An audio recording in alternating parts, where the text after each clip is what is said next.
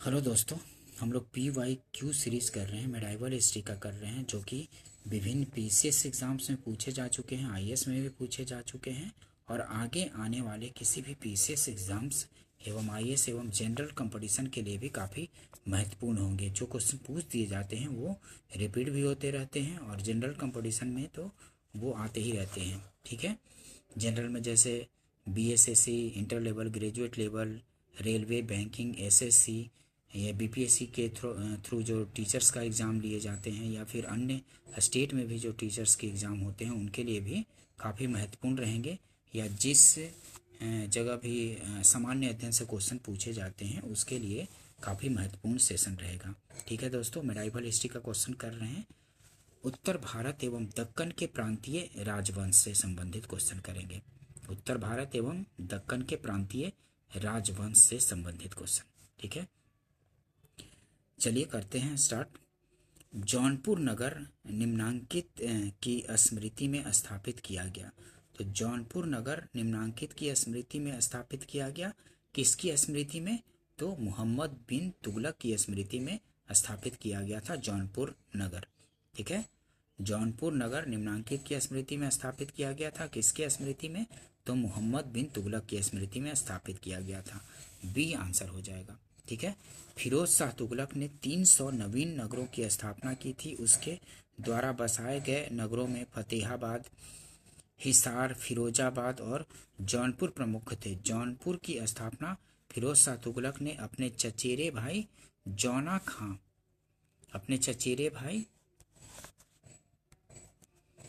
जौना खां मोहम्मद बिन तुगलक की स्मृति में की थी। ठीक है, जौनपुर की स्थापना जौना खां की स्मृति में स्थापित की थी। जौना खां जो कि उसका नाम था मोहम्मद बिन तुगलक। ठीक है, उसी का नाम था जौना खां। नेक्स्ट क्वेश्चन देखते हैं। जौनपुर नगर की स्थापना किसने की थी? तो जौनपुर नगर की स्थापना फिरोज शाह तुगलक ने की थी। किसकी स्मृति में? तो मोहम्मद बिन तुगलक की स्मृति में। ठीक है, जौना खां था इसका नाम। नेक्स्ट क्वेश्चन देखते हैं। सरकी सुल्तानों के शासनकाल में निम्न स्थानों में से किसे पूर्व का सिराज कहा जाता था? तो पूर्व का सिराज जौनपुर को कहा जाता था। सरकी सुल्तानों के शासनकाल में निम्न स्थानों में से किसे पूर्व का सिराज कहा जाता था? तो जौनपुर को पूर्व का सिराज कहा जाता था। ठीक है, नेक्स्ट क्वेश्चन देखते हैं। निम्न स्थानों में किसे भारत का सिराज कहा जाता था? तो वो जौनपुर था, भारत का सिराज कहा जाता था। ठीक है, निम्न स्थानों में किसे भारत का सिराज कहा जाता था? तो जौनपुर को कहा जाता था। सी आंसर हो जाएगा। नेक्स्ट क्वेश्चन देखते हैं। कश्मीर का शासक जो कश्मीर का अकबर नाम से जाना जाता है वह है कौन है? तो जैनुल आबेदीन। जैनुल आबेदीन। ठीक है, जो कि कश्मीर का अकबर नाम से जाना जाता है। कश्मीर का शासक जो कश्मीर का अकबर नाम से जाना जाता है वह है जैनुल आबेदीन। डी आंसर होगा, काफ़ी बार रिपीट होता है। ठीक है, कश्मीर का अकबर जैनुल आबेदीन। ठीक है, ध्यान रखेंगे।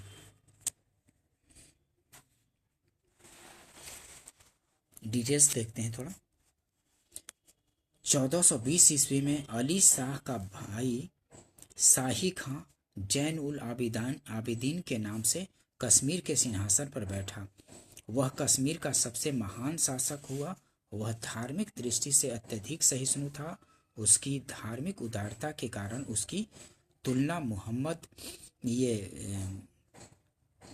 उसकी उदारता के कारण उसकी तुलना मुगल बादशाह अकबर से की जाती है। उसने जजिया कर हटा दिया तथा को हत्या को निषिद्ध कर दिया। उसके समय में महाभारत, दशावतार तथा राजतरंगिणी का फारसी में अनुवाद किया गया। उत्तम ये उत्तम सोम पंडित ने कश्मीरी भाषा में कश्मीर का इतिहास लिखा है। ठीक है, जैन प्रकाश और जैना विलास नामक ग्रंथ भी इसी के समय में लिखे गए हैं। बुलर झील में जैना लंका नामक द्वीप का निर्माण जैन उल आबेदीन ने ही करवाया था। ठीक है, बुलर झील में जैना लंका नामक द्वीप का निर्माण जैन उल आबेदीन ने ही करवाया था। ठीक है, नेक्स्ट क्वेश्चन देखते हैं, निम्न में से किस शासक ने सर्वप्रथम जजिया कर समाप्त किया था? तो जैनुल आबेदीन ने ही समाप्त किया था सर्वप्रथम जजिया कर समाप्त। तो ए आंसर हो जाएगा। ठीक है, जैन उल आबेदीन 1420 से 1470 ईस्वी को धार्मिक सहिष्णुता तथा अच्छे कार्यों के कारण कश्मीर का अकबर कहा जाता है। इसने कश्मीर में जजिया कर हटा दिया, साथ ही हिंदुओं के टूटे हुए मंदिरों के पुनर्निर्माण एवं गायों की सुरक्षा के लिए भी कदम उठाया। ठीक है दोस्तों, ठीक है, आगे करते हैं। नेक्स्ट क्वेश्चन देखते हैं, निम्नलिखित कथनों पर विचार कीजिए। तो जैन उल आबेदीन द्वारा पूरी की गई कश्मीर की जामा मस्जिद की प्रभावकारी विशेषता में शामिल है, क्या क्या शामिल है? तो बुर्ज, बौद्ध पैगोडाओं से समानता और फारसी शैली। तो ये तीनों कथन सही है। ठीक है, जैन उल आबेदीन द्वारा पूरी की गई कश्मीर की जामा मस्जिद की प्रभावकारी विशेषता में शामिल है, क्या क्या? तो बुर्ज, बौद्ध पैगोडाओं से समानता और फारसी शैली, तीनों सही है। तो बी आंसर हो जाएगा। ठीक है, सिकंदर बूत सिकंद द्वारा श्रीनगर में जामा मस्जिद का निर्माण करवाया गया था, जिसके बाद जैन उल आबिदीन द्वारा और विस्तारित करवाया गया था। मस्जिद की विशेषताओं में बुर्ज, फारसी शैली तथा बौद्ध पैगोडाओं से समानता, ये सभी शामिल हैं। ठीक है, ध्यान रखेंगे डिटेल्स को, क्योंकि पूछ दिए जाते हैं, रिपीट होते रहते हैं क्वेश्चन। नेक्स्ट क्वेश्चन देखते हैं, निम्नलिखित युग्मों पर विचार कीजिए। मध्यकालीन भारतीय राज्य और वर्तमान क्षेत्र। ठीक है, मध्यकालीन भारतीय राज्य और वर्तमान क्षेत्र। तो इनमें से उपयुक्त युग्मों में से कौन सा सही सुमेलित चुनना है? तो चंपक मध्य भारत, ये गलत है। दुर्गर जम्मू, तो ये सही है। कुलूत मालाबार, ये भी गलत है। तो दुर्गर जम्मू में ये सही सुमेलित है। तो दूसरा आंसर हो जाएगा बी। केवल 2 आंसर होगा, तो बी आंसर होगा। ठीक है, ध्यान रखेंगे। नेक्स्ट क्वेश्चन देखते हैं, बहमनी राज्य की स्थापना की थी किसने की थी? तो अलाउद्दीन हसन ने की थी। बहमनी राज्य की स्थापना किसने? तो अलाउद्दीन हसन ने की थी बहमनी राज्य की स्थापना। ए आंसर हो जाएगा। ठीक है,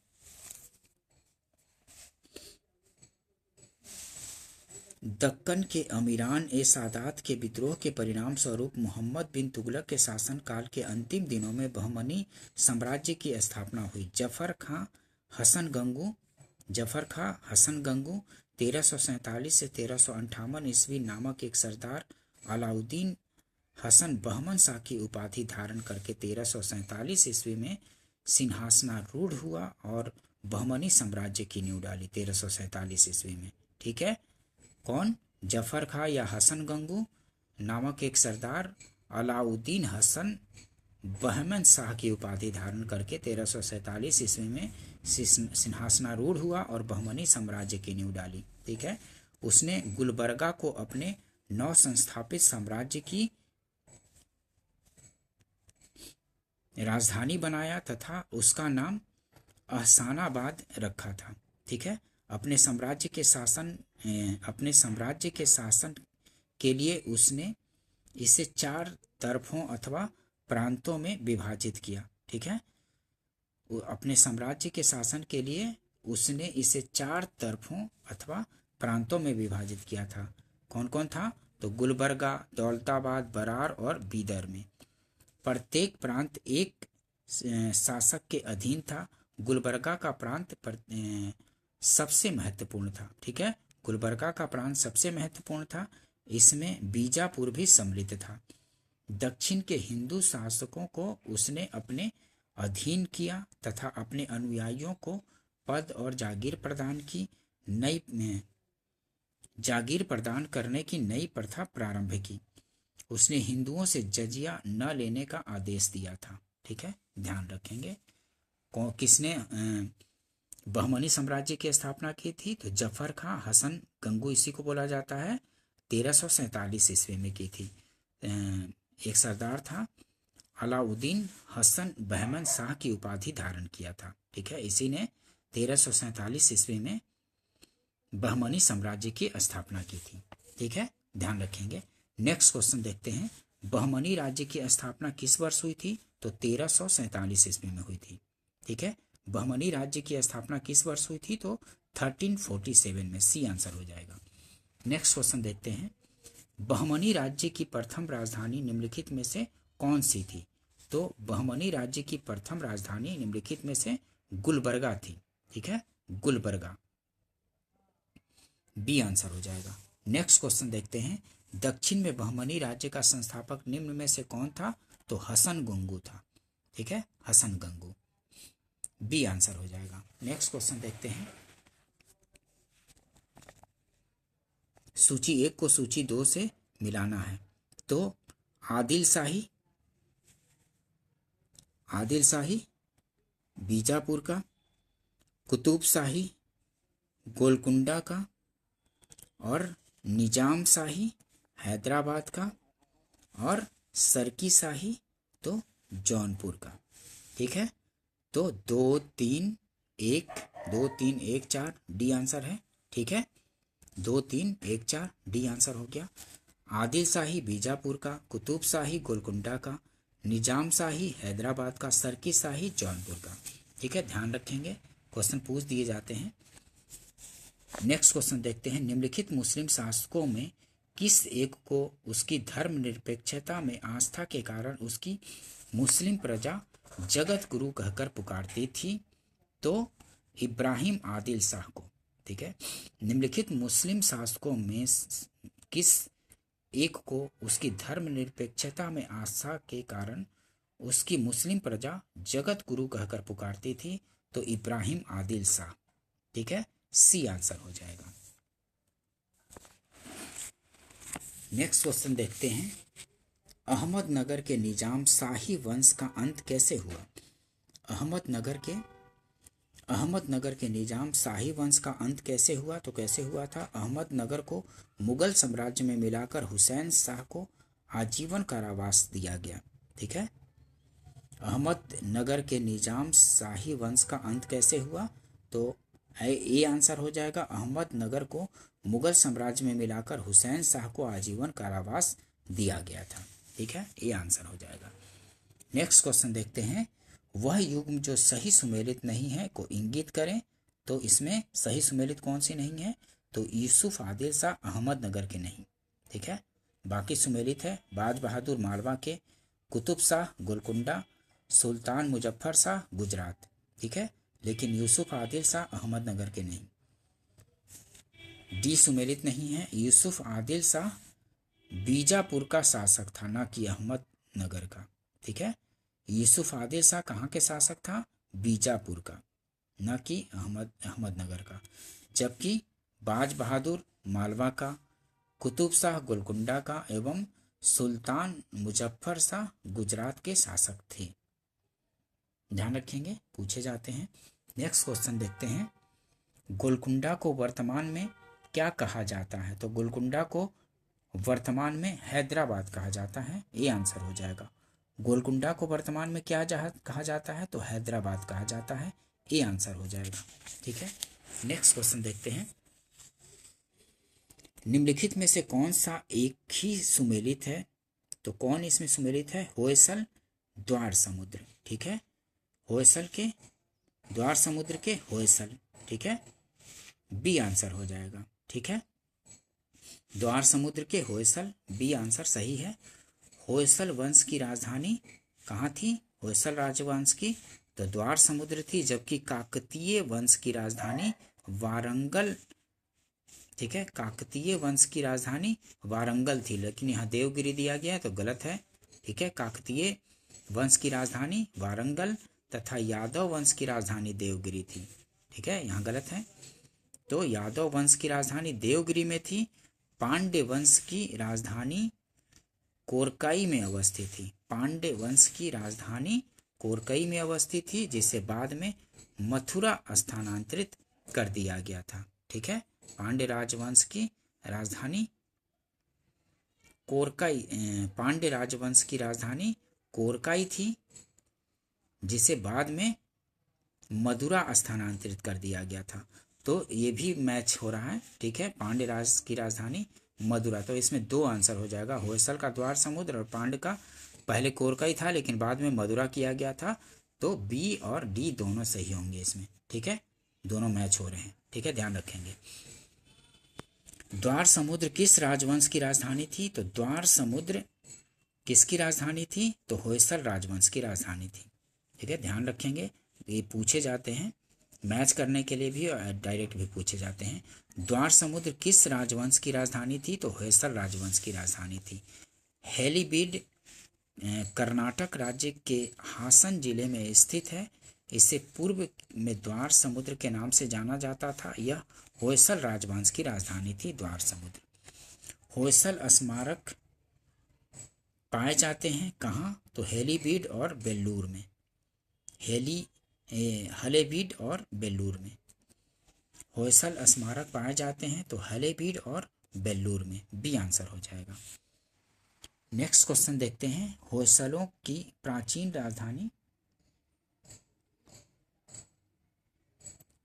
होयसलों की प्राचीन राजधानी द्वार समुद्र का वर्तमान नाम क्या है? तो हलेबीड है। होयसलों की प्राचीन राजधानी द्वार समुद्र का वर्तमान नाम हलेबीड है, सी आंसर हो जाएगा, ठीक है, ध्यान रखेंगे। नेक्स्ट क्वेश्चन देखते हैं। निम्नलिखित में से किस स्मारक में वह गुंबद है जो संसार के विशालतम गुंबदों में से एक है? तो वो है गोल गुंबद बीजापुर।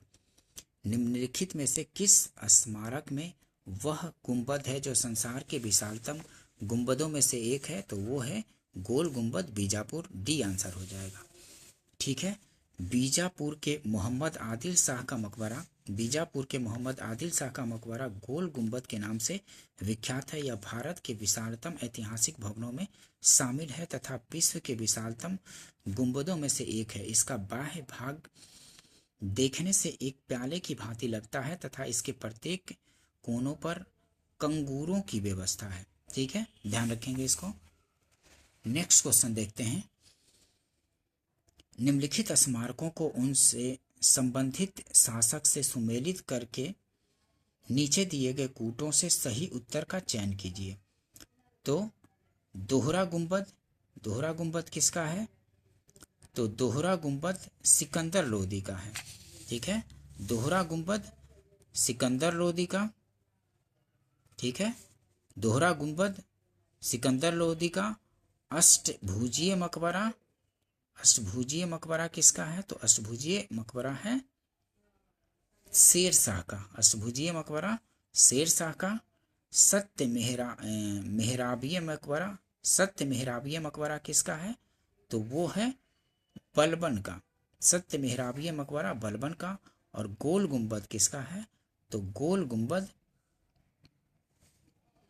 डी का दूसरा है, डी का दूसरा है, तो मोहम्मद आदिल शाह का है। गोल गुंबद मोहम्मद आदिल शाह का है, ठीक है।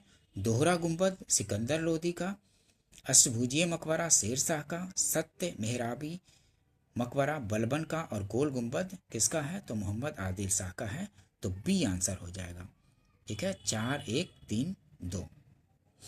नेक्स्ट क्वेश्चन देखते हैं। गुजरी महल किसने बनवाया था? तो गुजरी महल मान सिंह ने बनवाया था, बी आंसर हो जाएगा। गुजरी महल किसने बनवाया था? तो मान सिंह ने, बी आंसर हो जाएगा, ठीक है। गुजरी महल किसने बनवाया था? तो मान सिंह ने, ठीक है। नेक्स्ट क्वेश्चन देखते हैं। गुजरी महल राजा मान सिंह तोमर ने 15वीं शताब्दी में बनवाया था। स्थापत्य के क्षेत्र में यह एक अद्भुत नमूना है। इस पर अकबर कालीन शैलियों की सुंदर छाप पड़ी है। राजा मान सिंह एक महान विजेता भी थे। नेक्स्ट क्वेश्चन देखते हैं। दक्षिण भारत के पोलीगार कौन थे? तो दक्षिण भारत के जो पोलीगार थे वो थे क्षेत्रीय प्रशासकीय और सैन्य नियंत्रक थे, सी आंसर हो जाएगा। क्षेत्रीय प्रशासकीय और सैन्य नियंत्रक थे दक्षिण भारत के पोलीगार, सी आंसर हो जाएगा। पोलीगार एक सामंती उपाधि थी जो दक्षिण भारत के नायक शासकों द्वारा 16वीं से 18वीं शताब्दी के दौरान नियुक्त किए गए क्षेत्रीय प्रशासकीय और सैन्य नियंत्रकों के एक वर्ग को प्रदान की गई थी।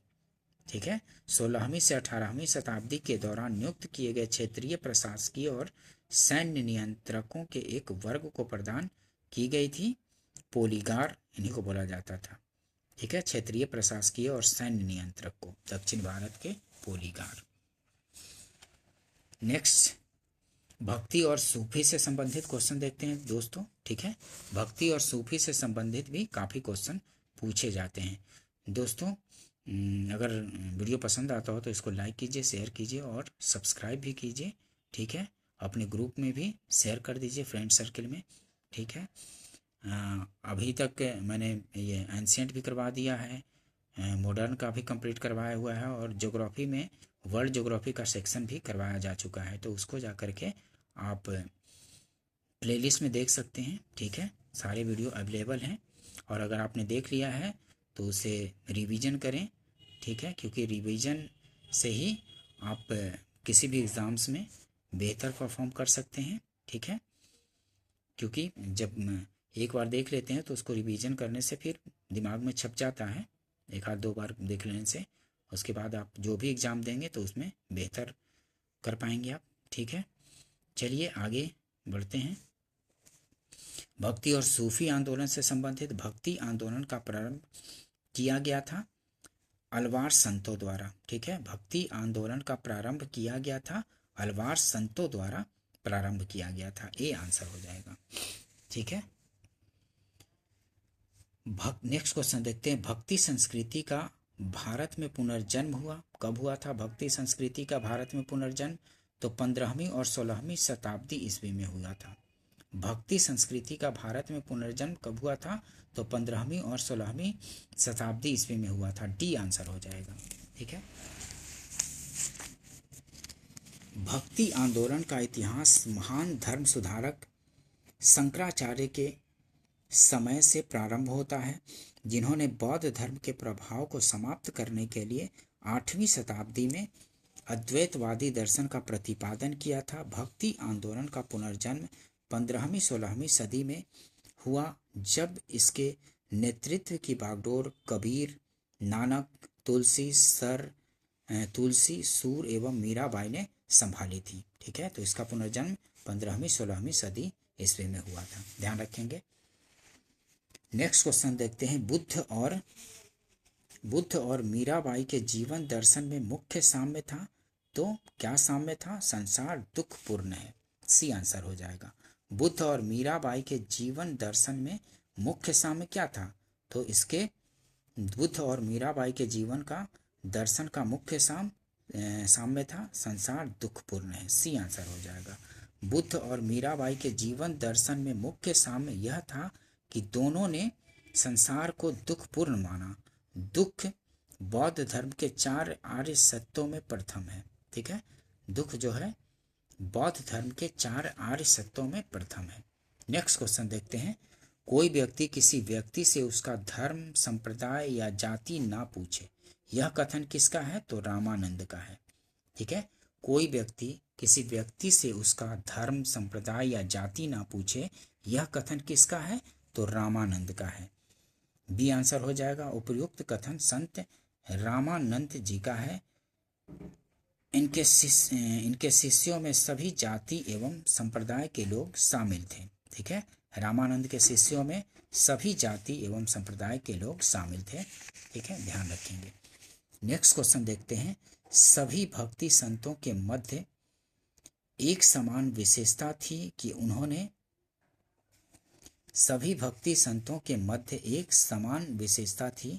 उन्होंने अपनी वाणी को उसी भाषा में लिखा जिसे उनके भक्त समझते थे। तो ये आंसर हो जाएगा। सभी भक्ति संतों के मध्य एक समान विशेषता थी कि उन्होंने, मतलब क्या विशेषता थी? तो अपनी वाणी को उसी भाषा में लिखा जिसे उनके भक्त समझते थे। ये आंसर हो जाएगा। ठीक है, एक्सप्लेनेशन देखिए। भक्ति आंदोलन के संतों का आचार बहुत ऊंचा था। उसमें से बहुतों ने देश का भ्रमण किया और कई प्रकार के लोगों से मिले जिनके विचार भिन्न थे। उन संतों ने साधारण लोगों की भाषाओं को उन्नत करने में अपना योगदान दिया। उन्होंने हिंदी, पंजाबी, बंगला, तेलुगु, कन्नड़, तमिल इत्यादि भाषाओं की उन्नति में बहुत योगदान दिया। भक्ति आंदोलन के संत अपने उपदेश क्षेत्रीय एवं स्थानीय भाषाओं में देते थे ताकि वहाँ के लोग उनके उपदेश आसानी से सुन और समझ सके। इस कारण क्षेत्रीय भाषाओं का विकास हुआ। ध्यान रखेंगे डिटेल्स को। नेक्स्ट क्वेश्चन देखते हैं। मध्ययुगीन भारत के धार्मिक इतिहास के संदर्भ में सूफी संत निम्नलिखित में से किस तरह के आचरण का निर्वाह करते थे? ठीक है, मध्ययुगीन भारत के धार्मिक इतिहास के संदर्भ में सूफी संत निम्नलिखित में से किस तरह के आचरण का निर्वाह करते थे? तो किस तरह का सही उत्तर चुनना है। ठीक है, कूट में से 1, 2, 3 दिया हुआ है। ध्यान साधना और श्वास नियमन, तो ये भी सही है। ध्यान साधना और श्वास नियमन सही है। एकांत में कठोर यौगिक व्यायाम, एकांत में कठोर यौगिक व्यायाम, ये भी सही है। श्रोताओं में आध्यात्मिक हर्षोन्माद उत्पन्न करने के लिए पवित्र गीतों का गायन, ठीक है, तो ये भी सही है। श्रोताओं में आध्यात्मिक हर्षोन्माद उत्पन्न करने के लिए पवित्र गीतों का गायन, तो ये भी सही है। 1, 2 और 3 तीनों सही है, तो डी आंसर हो जाएगा। ठीक है। मध्यकालीन भारत में सूफियों के उद्भव से समाज में समरसता फैलाने में मदद मिली। ये सूफी ध्यान साधना और कठोर श्वास नियमन जैसे यौगिक क्रियाओं को किया करते थे। वे एकांत में कठोर यौगिक व्यायाम करते थे तथा समाज में एकता और सौहार्द फैलाने तथा श्रोताओं में आध्यात्मिक हर्षोन्माद उत्पन्न करने के लिए गीतों एवं संगीत का सहारा लेते थे। ठीक है, डी आंसर हो जाएगा। कामरूप में वैष्णव धर्म को लोकप्रिय बनाया। कामरूप ने वैष्णव धर्म को लोकप्रिय बनाया, तो शंकर देव ने। ठीक है, कामरूप में वैष्णव धर्म को लोकप्रिय बनाया किसने? शंकर देव ने। डी आंसर हो जाएगा। कामरूप जो असम राज्य में स्थित है, कामरूप जो असम राज्य में स्थित है, वहां पर वैष्णव धर्म को लोकप्रिय बनाने का कार्य शंकर देव ने किया था। ठीक है, कामरूप जो असम राज्य में स्थित है, वहां पर वैष्णव धर्म को लोकप्रिय बनाने का कार्य शंकर देव ने किया था। एकेश्वरवाद उनके धर्म का मूल उद्देश्य था। वे विष्णु या उनके अवतार कृष्ण को अपना अभीष्ट मानते थे। उन्होंने एक शरण संप्रदाय की स्थापना की। वे कर्मकांड एवं मूर्ति पूजा दोनों के विरोधी थे। वे असम के चैतन्य के रूप में प्रसिद्ध थे। ठीक है, डिटेल्स भी ठीक से करेंगे दोस्तों। असम एवं नेक्स्ट क्वेश्चन देखते हैं। असम एवं कूच बिहार में वैष्णव धर्म का प्रवर्तन किसने किया? तो वो था शंकर देव ने। ठीक है, असम एवं कूच बिहार में वैष्णव धर्म का प्रवर्तन किसने किया? तो शंकर देव ने किया था। सी आंसर हो जाएगा। असम एवं कूच बिहार में वैष्णव धर्म का प्रवर्तन शंकर देव ने किया था। ठीक है, सी आंसर हो जाएगा। नेक्स्ट क्वेश्चन देखते हैं। सुप्रसिद्ध मध्यकालीन संत शंकर देव संबंधित थे, तो वैष्णव संप्रदाय से संबंधित थे। बी आंसर हो जाएगा। ठीक है, सुप्रसिद्ध मध्यकालीन संत शंकर देव संबंधित थे, वैष्णव संप्रदाय से संबंधित थे। बी आंसर हो जाएगा। ठीक है, नेक्स्ट क्वेश्चन देखते हैं।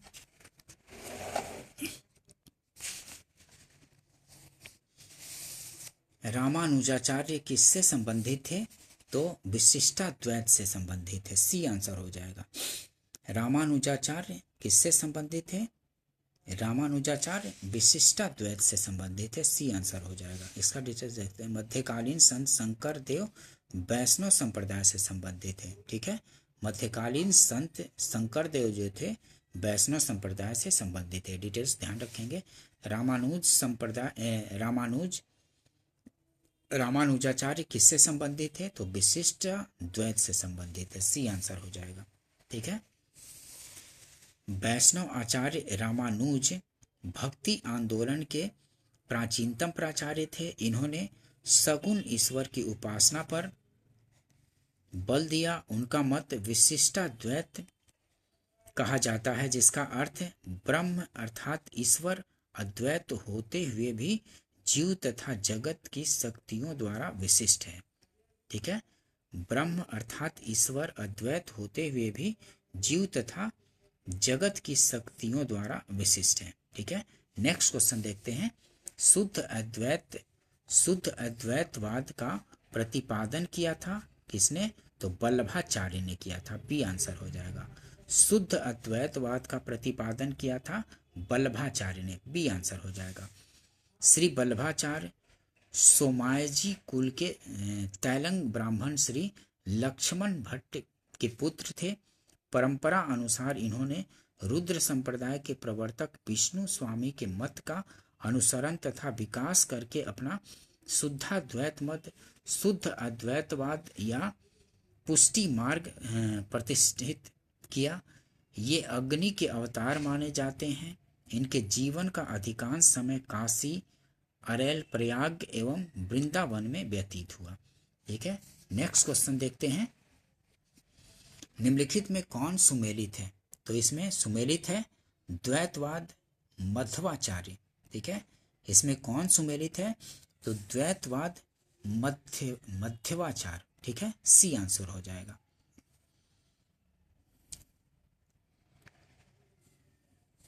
जैसा कि स्पष्ट है कि द्वैतवाद के प्रवर्तक मध्वाचार्य हैं। ठीक है, वहीं अद्वैतवाद के शंकराचार्य, विशिष्ट द्वैतवाद के रामानुजाचार्य, शुद्ध अद्वैतवाद के वल्लभाचार्य और द्वैताद्वैतवाद के प्रवर्तक निम्बार्काचार्य हैं, जो कि सनक संप्रदाय से संबंधित है। इसी प्रकार अन्य संप्रदायों में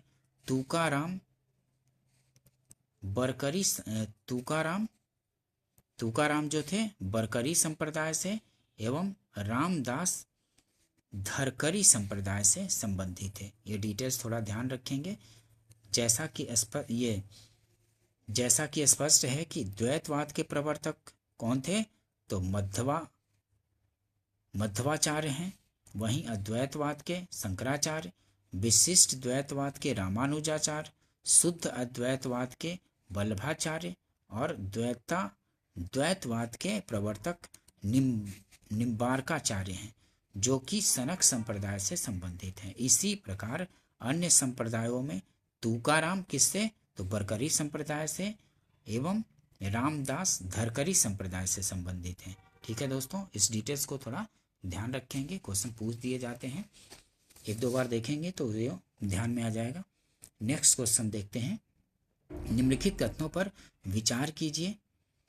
तो बीजक संत दादू दयाल के उपदेशों का एक संकलन है। तो ये नहीं, ये गलत है। बीजक संत दादू दयाल के उपदेशों का एक संकलन है, ये गलत है। पुष्टि मार्ग दूसरा है। पुष्टि मार्ग के दर्शन को मध्वाचार्य ने प्रतिपादित किया, तो ये भी गलत है। पुष्टि मार्ग के दर्शन को मध्वाचार्य ने प्रतिपादित किया, तो ये भी गलत है। पहला भी और दूसरा भी गलत है। ठीक है, उपर्युक्त कथनों में से कौन सा सही है? तो ना तो एक ना ही दो सही है। ठीक है, डी आंसर हो जाएगा।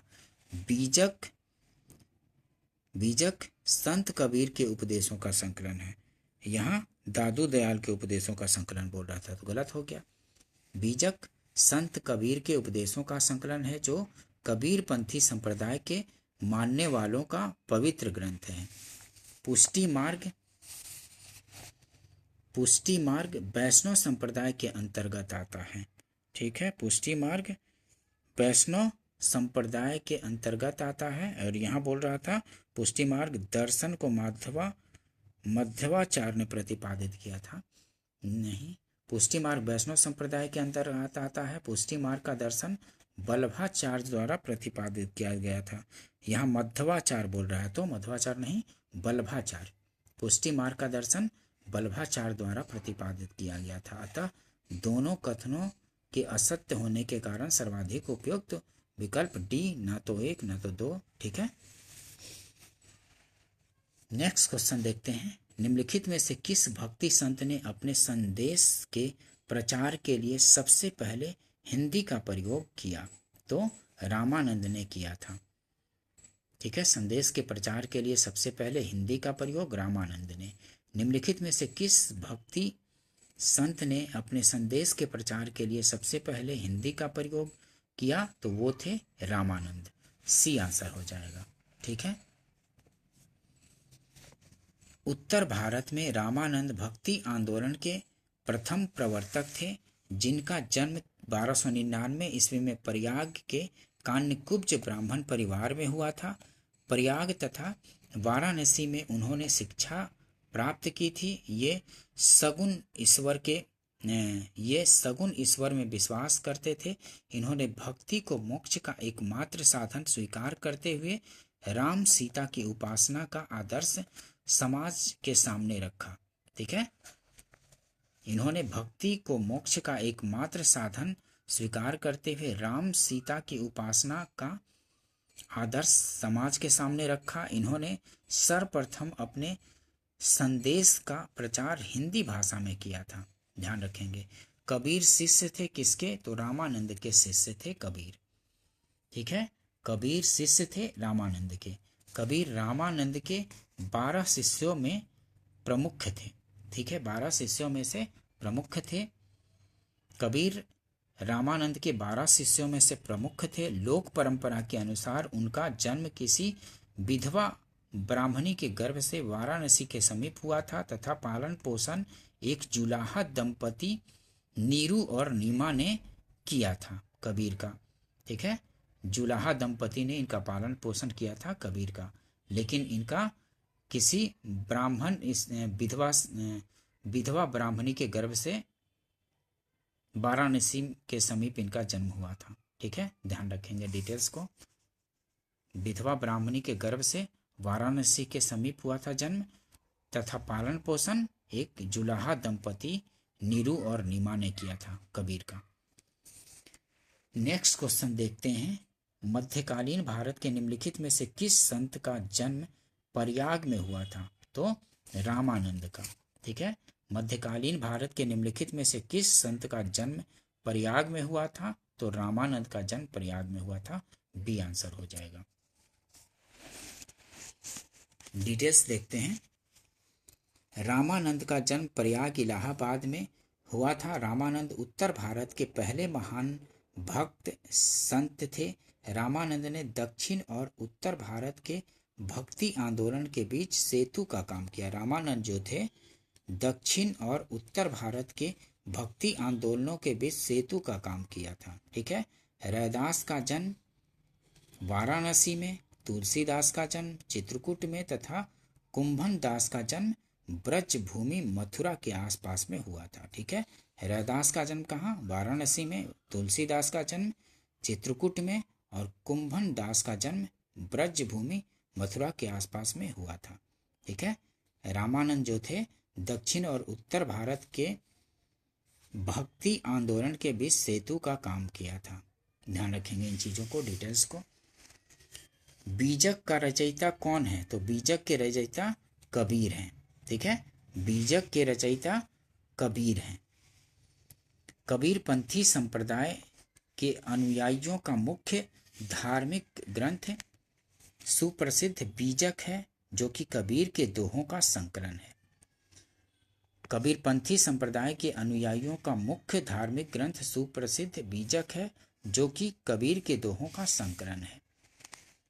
नेक्स्ट क्वेश्चन देखते हैं। कबीर एवं धर्मदास के मध्य संवादों के संकलन का शीर्षक है तो अमर मूल है। कबीर एवं धर्मदास के मध्य संवादों के संकलन का शीर्षक क्या है? अमर मूल। ध्यान रखेंगे। शबद, साखी एवं रमैनी कबीर की रचनाएं हैं, परंतु धर्मदास के साथ उनके संवादों का संकलन अमर मूल शीर्षक के अंतर्गत प्राप्त होता है। शबद, साखी एवं रमैनी कबीर की रचनाएं हैं। कबीर की रचनाएं क्या हैं? सबद, साखी एवं रामायणी कबीर की रचनाएं हैं, परंतु धर्मदास के साथ उनके संवादों का संकलन अमर मूल शीर्षक के अंतर्गत प्राप्त होता है। डिटेल्स को थोड़ा ध्यान से करते चलेंगे, ठीक है। मलुकदास एक संत कवि थे। मलुकदास एक संत कवि थे, कड़ा के, डी आंसर हो जाएगा, ठीक है। संत मलुकदास का जन्म लाला सुंदर दास खत्री के घर में 1631 ईस्वी में कड़ा वर्तमान कौशाम्बी जिला में हुआ था, ठीक है। नेक्स्ट क्वेश्चन देखते हैं। संत घासीदास के पिताजी का क्या नाम था? तो संत घासीदास के पिताजी का नाम था महंगू, ठीक है। संत घासीदास के पिताजी का क्या नाम था? तो महंगू था, डी आंसर हो जाएगा। गुरु घासीदास का जन्म दिसंबर 1756 में रायपुर जिले के गिरौदपुरी गांव में हुआ था। उनके पिता महंगू दास और माता अमरौती बाई थी, ठीक है। डिटेल्स को थोड़ा ध्यान से देखेंगे। नेक्स्ट क्वेश्चन देखते हैं। निम्नलिखित में से कौन सा एक सही कालानुक्रम है? निम्नलिखित में से कौन सा एक सही कालानुक्रम है? तो वो है शंकराचार्य, रामानुज और चैतन्य, ठीक है। पहले शंकराचार्य, उसके बाद रामानुज और चैतन्य, ठीक है। शंकराचार्य, रामानुज और चैतन्य, ये आंसर हो जाएगा। ये कालानुक्रम सही है। शंकराचार्य, उसके बाद रामानुज, उसके बाद चैतन्य, ये आंसर हो जाएगा, ठीक है। ये आंसर सही होगा। कालानुक्रम शंकराचार्य का काल क्या है? तो 788 से 820 ईस्वी तक। रामानुज का काल है 1017 से 1137 तक। और चैतन्य का काल है 1486 से 1536 तक, ठीक है। शंकराचार्य 788 से 820, रामानुज 1017 से 1137 और चैतन्य का काल है 1486 से 1536 ईस्वी तक। ध्यान रखेंगे, ठीक है। ठीक है दोस्तों, अगर सेशन पसंद आता हो तो वीडियो को लाइक कीजिए, शेयर कीजिए, सब्सक्राइब कीजिए। थैंक यू दोस्तों, मिलते हैं नेक्स्ट वीडियो में।